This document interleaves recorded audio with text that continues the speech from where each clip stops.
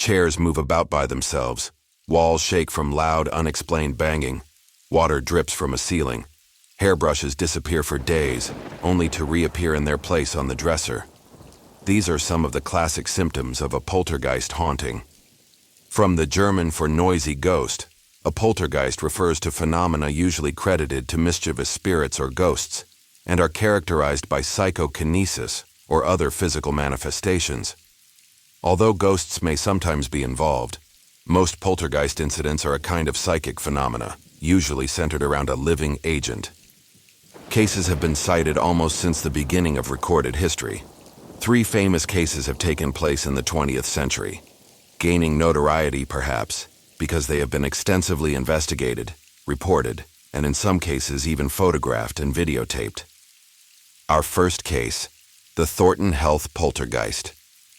In the 1970s, in Thornton Heath, England, a family was tormented by poltergeist phenomena that started one August night when they were woken in the middle of the night by a blaring bedside radio that had somehow turned itself on, tuned to a foreign language station. This was the beginning of a string of events that lasted nearly 4 years. A lampshade repeatedly was knocked to the floor by unaided hands. During the Christmas season of 1972, an ornament was hurled across the room, smashing into the husband's forehead as he flopped into an armchair. The Christmas tree began to shake violently. Come the new year, and there were footsteps in the bedroom when there was no one there, and one night the couple's son awoke to find a man in old-fashioned dress staring threateningly at him. The family's fear grew, and as they entertained friends one night, there was a loud knocking at the front door. The living room door was then flung open and all the house's lights came on. Having the house blessed failed to rid the house of the phenomena. Objects flew through the air, loud noises were heard, and the family would sometimes hear a noise which suggested some large piece of furniture had crashed to the floor. When they went to investigate, nothing would be disturbed. A medium who was consulted told the family that the house was haunted by a farmer of the name Chatterton, who considered the family trespassers on his property. An investigation bore out the fact that Chatterton had indeed lived in the house in the mid-18th century. Chatterton's wife now joined in causing mayhem, and often the tenant's wife would be followed up the stairs at night by an elderly gray-haired woman wearing a pinafore and with her hair tied back in a bun. If looked at, she would disappear back into the shadows. The family even reported seeing the farmer appear on their television screens, wearing a black jacket with wide, pointed lapels, high-necked shirt, and black cravat.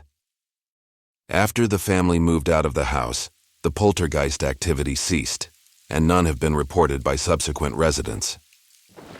Our second case is the famous Enfield poltergeist case, another English ghost. This one in Enfield in North London that made headlines in 1977. The strange activity seemed to center around the daughter of Peggy Harper, a divorcee in her mid-40s. Again, it started on an August night.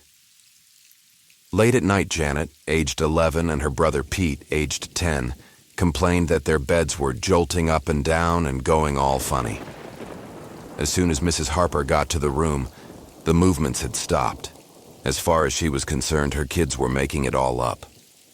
But things got progressively more bizarre from there. Shuffling noises and knocks on the wall were followed by a heavy chest of drawers sliding by itself across the floor.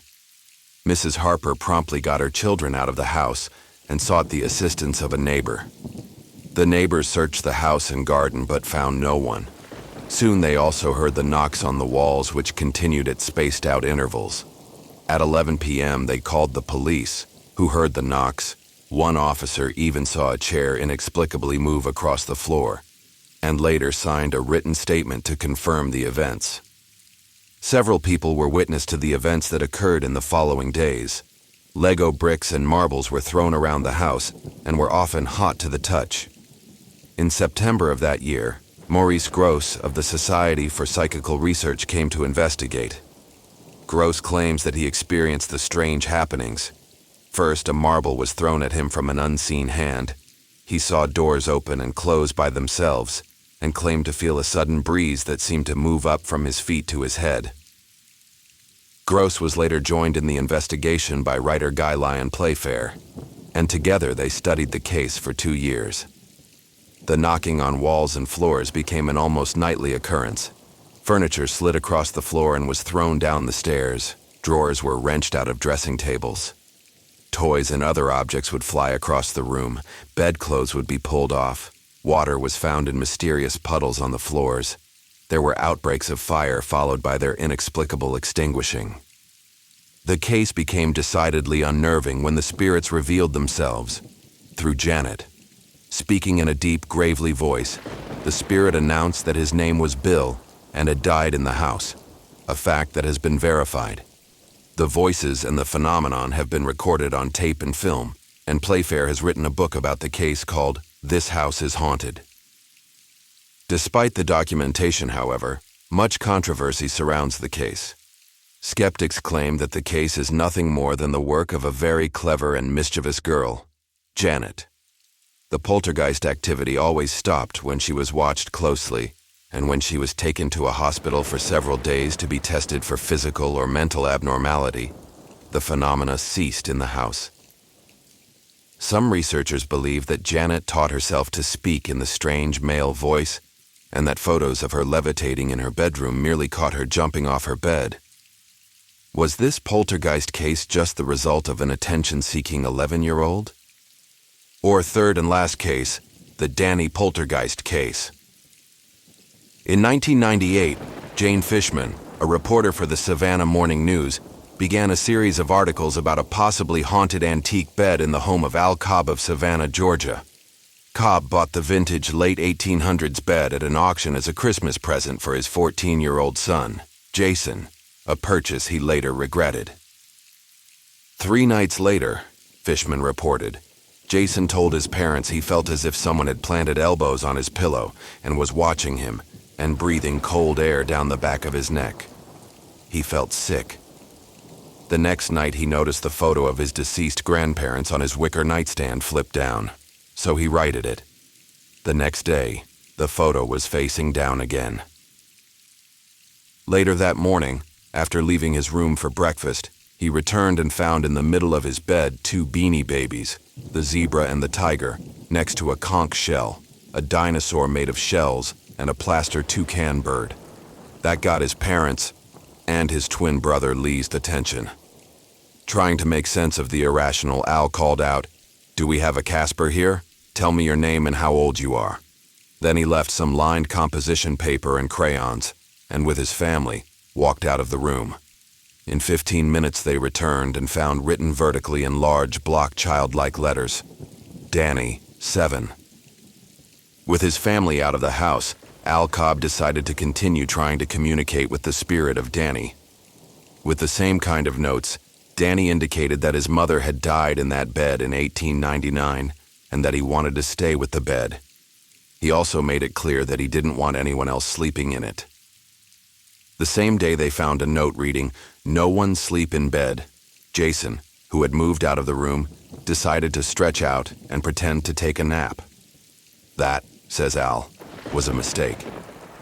"I doubled back in the room to pick up my clothes," remembers Jason, when this terracotta head that had been hanging on the wall came flying through the room, just missing me before it smashed on the closet door. No one really knows, Fishman writes in her second installment, who or what is leaving the copious notes, moving the furniture, opening the kitchen drawers, setting the dining room table, flipping over the chairs, lighting the candles, arranging the posters to spell out a person's name, Jill, then hanging the finished product on a bedroom wall. Jason also spoke of other spirits. Uncle Sam, who had come to reclaim his daughter he said was buried under the house. Gracie, a young girl whose sculpture sits in Bonaventure Cemetery. And Jill, a young woman who left a number of handwritten messages, among them one inviting the Cobbs to a party in their living room. Parapsychologist Andrew Nichols, head of the Florida Society for Parapsychological Research, investigated the case. What happened at the Cobbs, he told Fishman, more specifically to Jason, would have happened without Danny or the bed. It was the electromagnetic energy of the wall that Jason started sleeping next to when they moved the bed there, that charged a psychic ability that the boy already had. As we wrap up our exploration of these chilling poltergeist cases, it's clear that the world of the supernatural is filled with mysteries that continue to captivate and terrify us. Thank you for joining me on this journey into the eerie and unexplained. If you enjoyed this video, don't forget to give it a thumbs up and subscribe for more spine-chilling content. Share your thoughts and theories in the comments below. I'd love to hear what you think about these mysterious cases. Until next time, stay curious and keep exploring the unknown.